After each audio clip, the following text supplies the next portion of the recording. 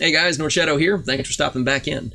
So it's been a surprisingly news-filled week. I didn't really expect a whole lot of stuff to come out so soon after the branding and roster announcement, but here we are. So let's jump into it. The first thing I want to jump into is the interview that Dignitas.gg did with Kodak, one of our support players.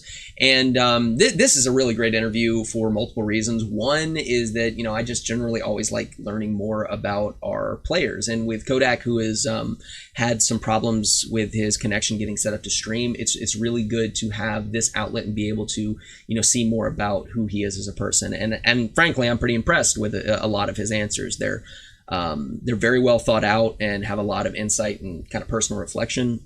I'll put a link to this in the description, and I definitely encourage you. It's not very long of an interview, but it has a lot of good information in it.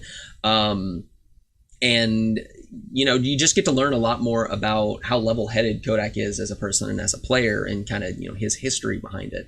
One thing I definitely wanted to touch on, one specific question that was asked of him with a lot of good information that can be packed into one answer, was the question of what are your goals for you and the team going into the next year with the beginning of season 2 starting in February. And I'm going to break down this answer.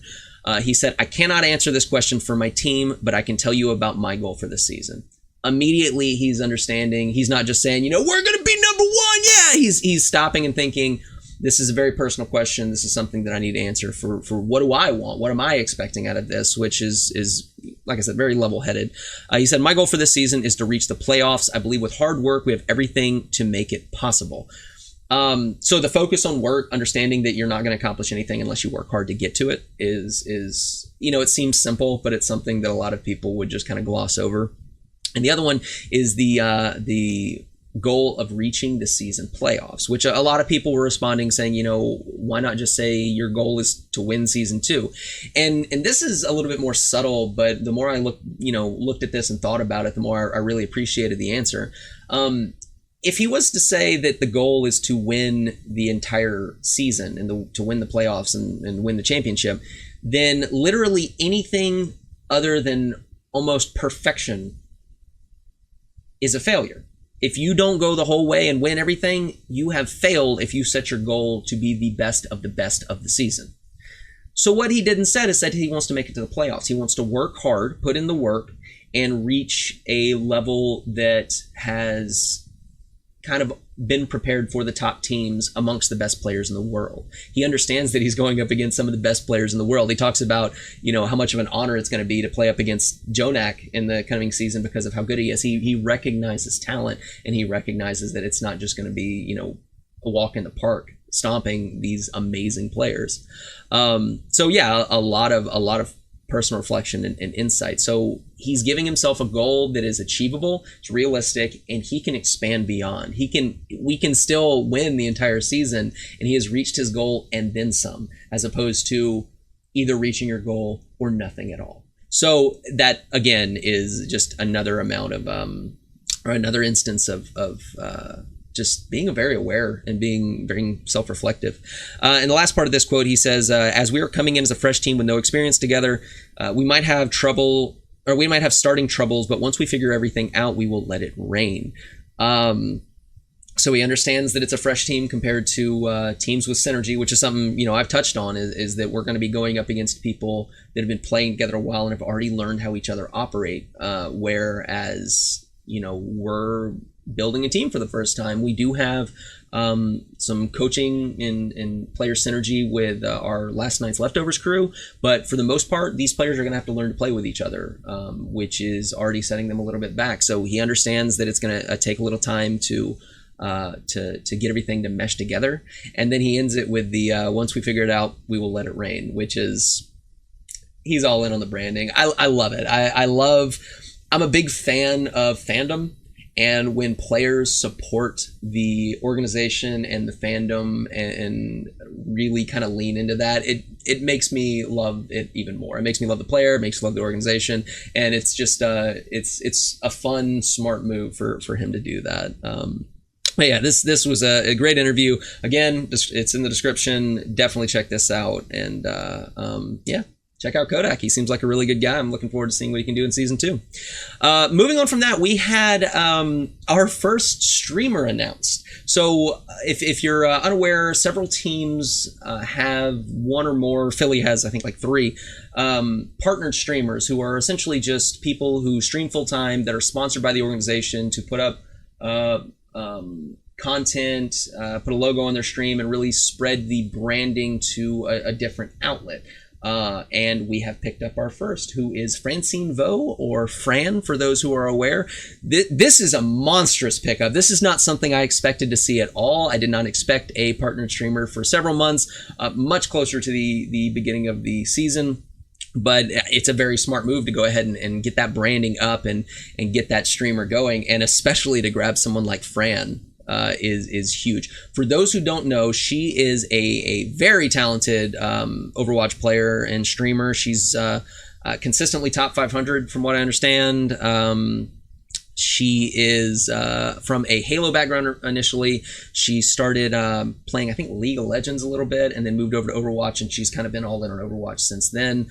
And she's legitimately really, really good at this game. So I've been excited to watch some of her old streams and kind of see her interaction. If you are unfamiliar with Fran, I'll put a couple links in the description. One is going to be, and they're both recent, which I think is important. One is a link to her YouTube channel where she did a vlog covering BlizzCon. Now, she's mostly a streamer, so there's not a lot of traction on the YouTube channel. I don't expect to get a ton of content there, but it was fun kind of seeing her interactions at BlizzCon. The other one is also from BlizzCon, and it was her developer interview, where she got to interview or talk with Jeff Kaplan himself about Ash and the season and just things in general, and got a lot of good insight from it. And he actually surprised her. The way that a lot of these developer interviews work at BlizzCon, from what I can tell, is you kind of sit down to play a little bit, and you're told, okay, one of the developers is going to come sit down next to you, and you can talk to them. So she's sitting down streaming, and Jeff Kaplan walks up and sits down next to her, and she freaks out. So it's really fun. It's a really fun watch. Definitely check that out. And just to add to, how qualified she is, not just as a streamer, but as a person, before she got into streaming, she apparently graduated from Ohio State with a degree in pharmaceutical sciences. This girl is smart. She's a good player. She's very, well-spoken, intelligent about the game. Just overall, monstrous pickup. What a fantastic person to associate with the community, with the organization. I'm really excited to have her on the team, and definitely check out Fran. She's fantastic. And the last thing that I wanted to touch on today is a little bit of branded merch that we saw coming out of BlizzCon. Now, this isn't anything that was available to fans or anything like that, but there was some sample material, some sample merchandise that was given to players, staff, organizations, people in the organization, things like that. So what we did get was a few hats, a hoodie, and a backpack.